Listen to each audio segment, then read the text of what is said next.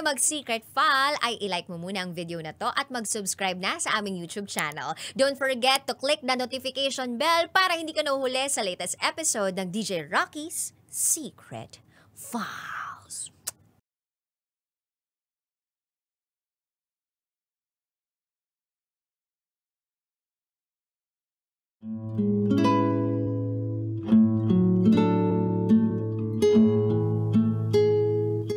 And now, it's time for DJ Rocky's Secret.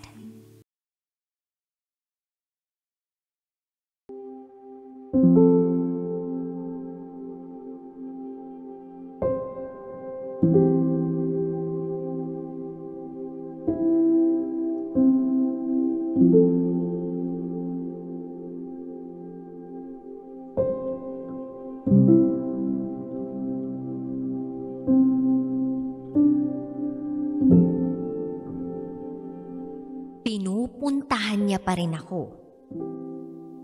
Kahit may asawa na kami pareho.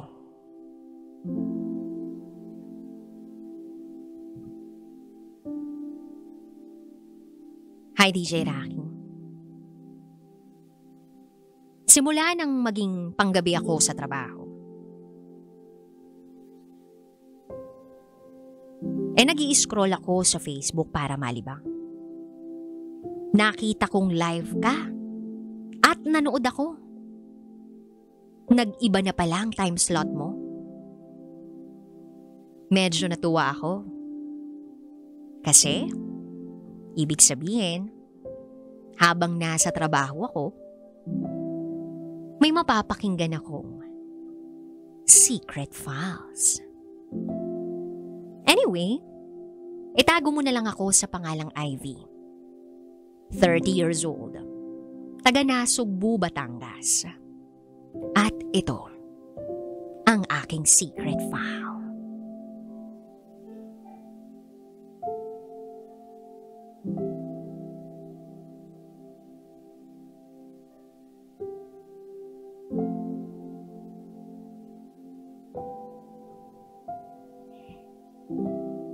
Sisimulan ko ang kwento ko kung paano kami nagkakilala ni Popot. 33 years old siya. Taga-Balayan, Batangas. Nagkakilala kami online noong 2017. Nasa barko siya. At ako, tinatapos ko ang kurso kong Bachelor of Science in Human Resources. Sa Balayan, Batangas kung saan medyo malapit sa kanyang bahay. Medyo matanda ako sa mga kabatch ko, kaya karamihan ang tawag nila sa akin ay ate. One day may nag-add sa akin sa Facebook. Hindi ko agad in-accept dahil hindi ko naman kilala. Until kinausap ako ng classmate ko na in-add daw ako ng pinsan niya. Nakita raw kasi ang pic namin na magkasama. Tinanong ang Facebook account ko sa kanya. Dahil hindi ko naman matatanggihan ang kaibigan ko, tinanggap ko yung friend request ng pinsan niya. Maya-maya pa, nag-chat agad siya ng, "Hi, ako nga si Popot. Pwedeng makipagkaibigan sa'yo?" Sumagot ako ng, "Pasensya ka na, Popot ha. Medyo busy kasi ako ngayon. Usap tayo next time." Tapos kinabukasan, kinausap na naman ako ng classmate ko na uuwi na raw si Popot at gusto raw akong makita. Tanong ko, uuwi? Bakit? Nasaan ba siya? Nasa Maynila? Sagot niya sa akin, "Baliw, kakababa lang ng barko." Pabiro kong sagot sa kanya, "Ay, seaman. Walang pera yan." De joke lang. Sabay hampas sa balikat niya, nang very slight lang naman.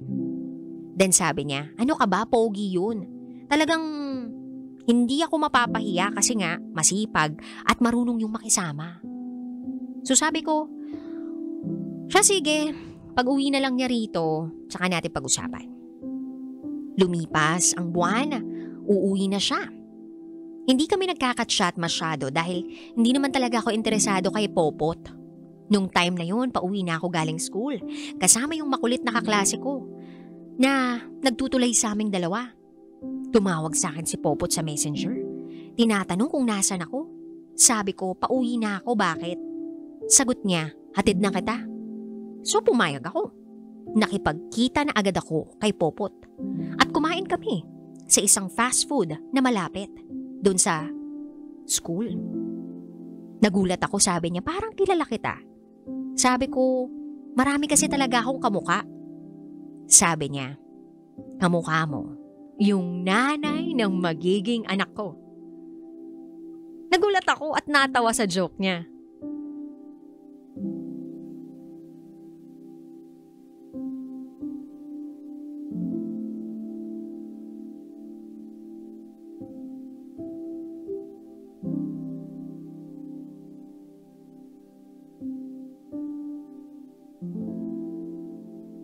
Hindi ko alam kung kinilig ako noon. Pero may sense of humor siya. Humaba na ng humaba ang usapan namin. Pero after noon, hindi na ako nagpahatid sa kanya kasi nakamotor siya. At wala siyang dalang helmet at lisensya. Hinatid na lang niya ako sa sakayan ng bus pauwi sa amin. At simula noon, lagi niya na ako pinupuntahan sa school. Sabay kumakain. Medyo nagkakaintindihan na rin kami. Nakapunta na rin siya sa amin at nakapunta na rin ako sa kanila. Fast forward, malapit na ang graduation namin.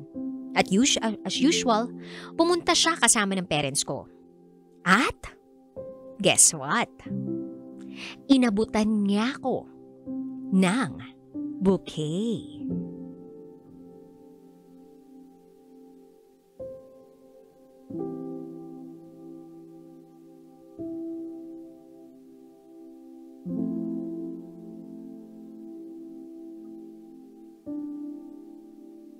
Tapos kumain lang kami sa kung saan malapit na kainan.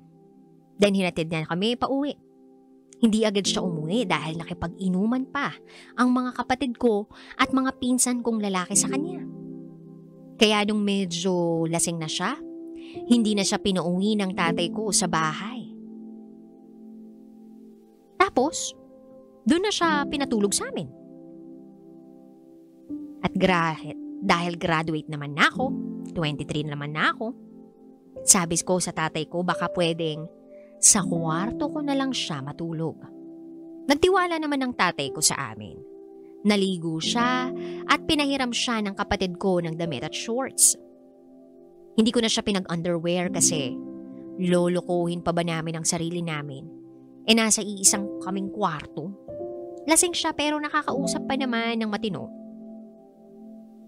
Kaya nagtanong siya, ibig sabihin ba tayo na? Tanong ko sa kanya, ayaw mo ba? Di lumabas ka na? Sagot niya, hindi naman sa ganoon. Hindi lang ako makapaniwala na napasa akin na ang matagal ko ng gusto. Hinalikan ko siya, DJ Rack, at nangyari na. At inaasahan ko rin naman ng mangyari. Kinabukasan nauna akong magising. Ginising ko na rin siya para magluto. Yes, chef kasi siya sa barko. At simula nung niniligawan niya ako, siya lang nagluluto para sa amin pag nasa bahay siya. After kumain, umuwi na siya. At magre-ready na siya pabalik sa barko. Ako naman, nag-a-apply na ng trabaho. Fast forward, natanggap ako bilang banker sa isang bangko. Hindi ko nagamit ang kurso ko pero maayos naman ang lagay ko. Habang siya, pasakay na sa barko uli. Bago siya umalis, lagi kaming magkasama. Naghihiwalay lang kami pagpapasok na ako sa trabaho. Hatid sundo, tapos sa amin siya natutulog. Pag nasa work ako, uuwi muna siya sa kanila. Hindi talaga kami mapaghiwalay. Super close niya na sa lahat ng pamilya ko. Simula sa magulang ko, kapatid ko, pinsan, tito, tita, barkada, lahat. Lahat talaga. Minsan nga, yung mga kaibigan ko, parang siya pa yung tunay na kaibigan kaysa sa akin dahil madalas sila yung nakakasama niya. Then nung time na aalis na siya, hinatid ko siya sa airport. Grabe. Iyak ako ng iyak. Umuwi ako mag-isa sa bahay namin na lumuluha. Malungkot talaga ako. Yung tipong isang linggo na siyang nakakaalis. Umiiyak pa rin ako kasi namimiss ko siya eh. Nagkakatchat naman kami. Tapos kapag free time niya, tumatawag siya. Medyo na busy na rin kasi ako, ganun din naman siya. Kaya talagang humahanap kami ng oras para sa isa't isa. Mas madalas hindi nagkakatugma yung oras namin. Then after 6 months, pauwi na uli siya. Sinundo ko siya, nagkita kami uli. Nag-check-in muna kami sa Manila para masolo namin ang isa't isa. At dahil may trabaho ako, hindi ako pwedeng magtagal ng absent. Ganun uli kami. Sinunod niya ako at hinatid sa trabaho. Friday night, sinundo niya ako sa trabaho. Tapos, lumuwas kami sa Maynila para mag-dinner. Hindi na ako nagpalit ng damit. May slippers naman ako sa sasakyan niya kaya medyo komportable naman ang suot ko. Simpleng dinner lang. Inabutan niya ako ng flowers at naglabas ng isang box. Lumuhod siya at sinabi ang mga salitang sa panaginip ko lang napapakinggan. Nagulat ako, DJ Rocky, dahil sobrang bilis ng pangyayari. Hindi ko inakala na mangyayari yon. Ang pinaka masayang araw ng buhay ko. Will you marry me? Yan ang tanong niya sa akin. Wala ni isa akong nakitang kakilala sa lugar na yon. Kami lang talagang dalawa, literal. Pero may mga kumakain din naman na hindi namin kilala. Sumagot ako ng oo naman. Sabay halik sa labi niya. May mga pumalakpak. Then umupo na kami. Sabi ko, ba't mo naman ako binibigla ng ganito? Sabi ko sa'yo kung magpo-propose kayo, maayos naman ako. At sana nandun din yung parents ko. Sana man lang na-videohan natin. Hindi naman ako materialistic na tao, pero once in a life lang naman yun. Then sabi niya, alam na to ng parents mo. Wala na akong nasabi dahil sobrang saya ko rin naman at kumain na kami. Masaya ako na nag-propose siya. Pero hindi ko malaman ang dahilan kung bakit. Sa kabila ng kasiyahan ko dahil pakiramdam ko yun yung most memorable na most happy ang puso ko. Pero bakit parang malungkot ako that day? Pag-uwi namin ng bahay, naligo at humiga na kami, kinausap ko siya. Tinanong ko siya, may plano ka na ba? Sagot niya, marami na akong plano para sa ating dalawa. Una, nagpapagawa na ako ng bahay malapit sa bahay namin sa Balayan. Nakabili ako ng lupa doon. Then sabi ko, no, I mean, kailan mo balak magpakasal? Sagot niya, kung kailan ka ready. Kung gusto mo this year, ititigil ko muna ang bahay, magpapakasal tayo. Kung gusto mo next year, mapag-iipunan pa. Then sagot ko, ano kasi, 24 pa lang ako. Di pa ako masyadong nakakabawi sa magulang ko. Nag-oo ako, nag-yes ako, pero hindi ibig sabihin gusto ko agad-agad. Pwede bang after 3 years? Alam kong ikinagulat niya yun. Napaupo siya sa higaan namin. Maya-maya pa tinanong niya ako, yun ba ang gusto mo? Mas maganda kasi matatapos natin ang bahay natin tapos mapag-ipunan natin ang kasal. Medyo naguluhan ako sa sinabi niya kaya sabi ko, bahay natin? Pero bakit di mo ako sinasabihan? Hindi mo man lang ako matanong kung gusto ko ba dun malapit sa inyo kasi malayo sa trabaho ko. Hindi mo man lang natanong kung anong plano ko. Medyo may inis dun sa nabanggit ko. Pero hindi niya ako pinatulan. Hindi niya ako inaway o pinagtaasan ng boses. And never kami nag-away ha. Kaya nga nababahala ako eh.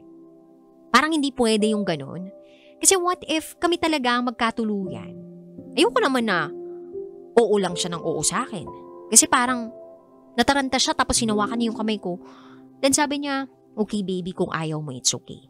Sabihin mo ko pag ready ka na. Pagkatapos niya sabihin yun, natulog na kami. Kinabukasan walang pasok, niyaya niya akong umuwi sa kanila. Sabi ko, gusto ko lang matulog maghapon, siya na lang. Hindi ako kasama. Hindi na siya umuwi. O diba? Hindi lang ako kasama, hindi na siya umuwi. Nakipag-inuman na lang ata siya sa mga pinsan at tropa ko. Hindi ko naman pinipigilan kasi 2 buwan lang naman yung bakasyon niya. Hinayaan ko siya na sulitin ang mga araw niya dito sa Pilipinas. Kinagabihan, hindi niya ako kinakausap. Nakainom siya. Tapos, hindi siya nangungulit. Tinanong ko siya, "Baby, are you okay?" Sagot niya, "Alam mo bang mahal na mahal kita? Lahat ng sasabihin mo, gagawin ko. Pag sinabi mong kumain ako ng tae, gagawin ko." Dan sabi ko, "Ano ba yung mga sinasabi mo, ha?" Sabi niya, "Totoo. Baka pag nalaman kong loloko mo ako at nasa barko ako, baka tumalon na lang ako sa barko." Sagot ko, "Baby, hindi maganda yung sinasabi mo, ha?" Dan sabi niya, "Sorry, baby. Mahal na mahal lang talaga kasi kita." Dan sabi ko, "Mahal din naman kita." Pero nagulat ako, DJ Rocky, nang bigla na lang siyang umiyak. Tinitigan ako sa 2 mga mata ko at tinanong ako ng, "Mahal mo ba ako? Bakit nagbago ka? Ikaw pa ba yung Ivy na nakilala ko? Yung Ivy na mature, matalino at malambing?" Sagot ko, "Oo. Ako pa naman to. May mga bagay lang talaga na hindi ako agree. Kaya minsan napagtataasan kita ng boses. Sorry, baby." Nung nag-sorry ako, medyo kumalma siya. Niyakap niya ako. Nagsabi rin siya ng, "Baby, sorry." Dagdag pa niya, "Alam kong medyo pasaway ako, pero di ba mabait naman ako, sumusunod ako lagi sa'yo, naalagaan kita, hindi kita pinababayaan. Kahit sarili kong pamilya, hindi ko makasama kasi mas gusto ko nakasama ka." Then sagot ko, "Oo baby, alam ko naman yun." Alam kong lasing siya noon, DJ Rocky, kaya pinatulog ko na siya. At baka kung saan pa mapunta yung usapan namin. Kinabukasan linggo, naligo ako. Ginising ko siya, niyaya ko siyang magsimba at uuwi kami sa kanila. Kitang-kita ko sa mga mata niya na sobrang saya niya nung sinabi ko na dun muna kami sa kanila habang nandito siya sa Pilipinas. Naging maayos naman ang pagsasama namin. Ang sweet niya at napakamaalaga niya. Hindi ako masyado kasing close sa mga kapatid niya. Puro lalaki kasi sila, tapos siya yung panganay. Oo, naipakilala niya na ako dati sa pamilya niya, pero ramdam ko naman na yung nanay niya ayaw sa akin. Nagagawa niya namang pakisamahan ako. Siguro dahil gusto naman ako ng anak niya. Yung father niya, wala namang pakialam sa buhay.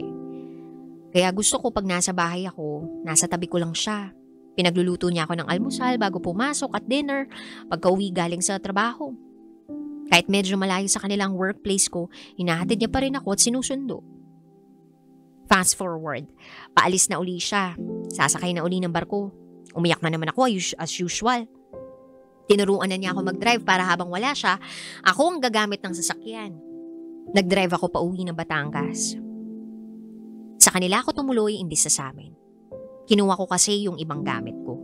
Balak ko bukas na umuwi sa amin after work. Pero naririnig ko parang may nagdadabog sa kusina. Yung mama niya. Nagbubunga nga sa mga kapatid. Ang narinig ko, "Magtipid kayo, ang kuya nyo maraming gastusin. Bumili kasi agad ng lupa, hindi pa naman kailangan. Magpapakasal pa siya. Yung allotment niya wala sa atin, kaya magtipid kayo ha." DJ Rocky, hindi ko pinansin kasi parang Sermon lang naman ng isang ina sa mga anak. Pero, may iba na ako nararamdaman eh. Sumundot pa uli ng sabi. O ikaw, Clyde, saan ka pupunta? Gagamitin mo kotse ng kuya mo? Nandito yung babae niya. Siya nang gagamit niyan, binigay na ng kuya mo. Wala na tayong karapatan sa mga gamit ng kuya mo. Maaga kayong gumising bukas ha, at mag-aalmusal ang prinsesa ng kuya ninyo. Ay. DJ Rocky? Nang marinig ko yon, hindi ako lumabas. Hinintay ko talaga maghating gabi bago umuwi sa amin. Ginamit ko ang sasakyan, pero bala ko nang ibalik kinabukasan. Kinabukasan maaga akong umalis sa bahay namin. Isasauli ko ang kotse sa bahay nila Popot. Nakita ako ng mama niya. Magmamano ako pero hindi niya ako pinamano. Umalis na lang ako at iniwan ko ang sasakyan. Nagbayahe ako papuntang trabaho. Tumawag si Popot para sabihin na nandun na siya sa barko. Maayos naman kami, pero hindi ko nasabi sa kanya yung mga sinabi ng nanay niya. Dumaan ang mga araw, nasa akin ang ATM ni Popot. Sa akin sila pumupunta ng pamilya niya para manghingi ng tuition, pambayad sa mga bills. Then one day sabi ko sa kapatid niya, wag na kayong pupunta sa akin para hindi na kayo mapagod. Ako na mismong pupunta sa inyo para sa padala ng kuya ninyo. Babayaran ko na rin yung bills ninyo para hindi na maistorbo si mama. Yung mama ni Popot, nag-agree yung kapatid. Kaya every time na magpapadala si Popot, uunahin ko yung bills nila tapos pupunta sa school ng mga kapatid niya para magbayad ng tuition. Tapos mag-grocery ako para sa kanila. Inaayos ko na lahat kahit medyo busy rin ako. Kaya hindi ko talaga malaman kung bakit ayaw na ayaw nila sa akin. Especially yung mama. Mama ni Popot. Hindi ko yun ininda. Tuloy pa rin ako. Malapit na ako mag-25. Silver year ika nga. Simpleng celebration. Pinapunta ko ang mga kapatid niya at magulang. Pero, yung mama niya hindi pumunta. Naginuman kami ng mga kaibigan ko at mga kapatid niya kasama mga pinsan ko. Sa bahay ko na rin sila pinatulog. Kinabukasan sabi ni Clyde na kapatid ni Popot, Ate, iwan ko na ang sasakyan dito kasi alam ko nahihirapan ka na rin sa amin. Gumagastos ka pa ng pamasahe. Nagkukumute ka pa. Iatid mo na lang kami sa bahay. So hinatid ko sila sa bahay nila. Bungad sa akin ng mama niya. Ano, inubos mo na ang pera ng anak ko sa birthday mo? Sabi ko, may trabaho naman po ako.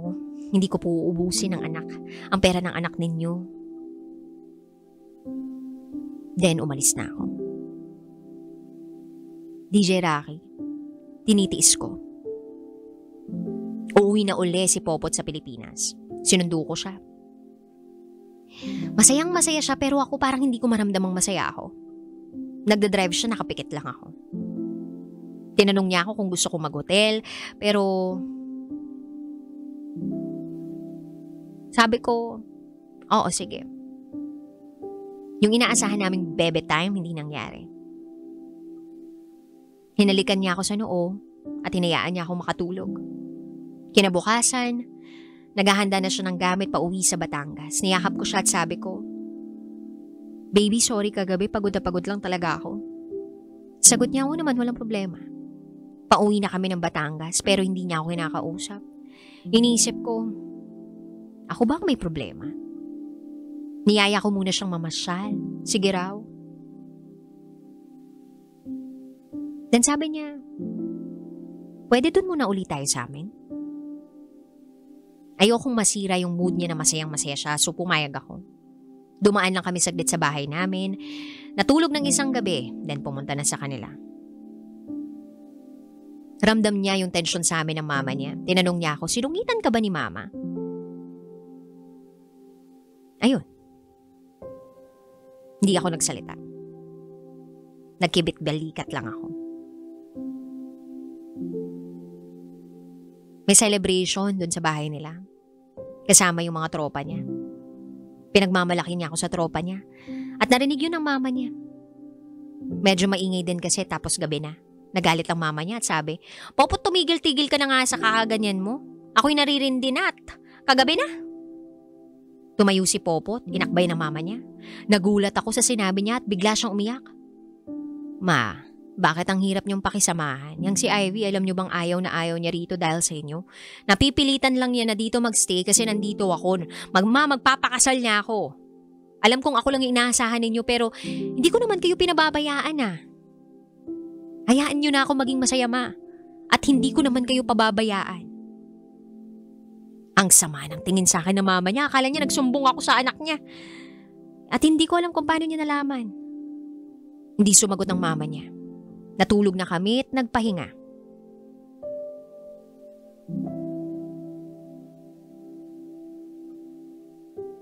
Lumipas ang araw. Umuwi na ako. Nagstay siya sa Batangas. 2 days siyang hindi tumatawag at umuwi.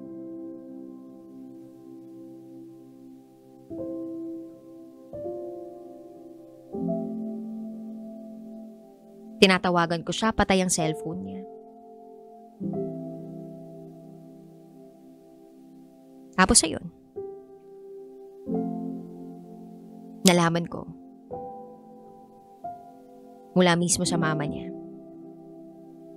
Na meron daw ibang kasamang babae.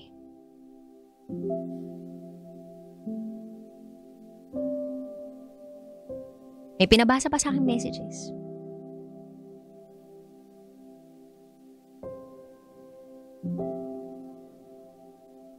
Nagpalit ako ng FB para wala na akong makitang update sa kanya.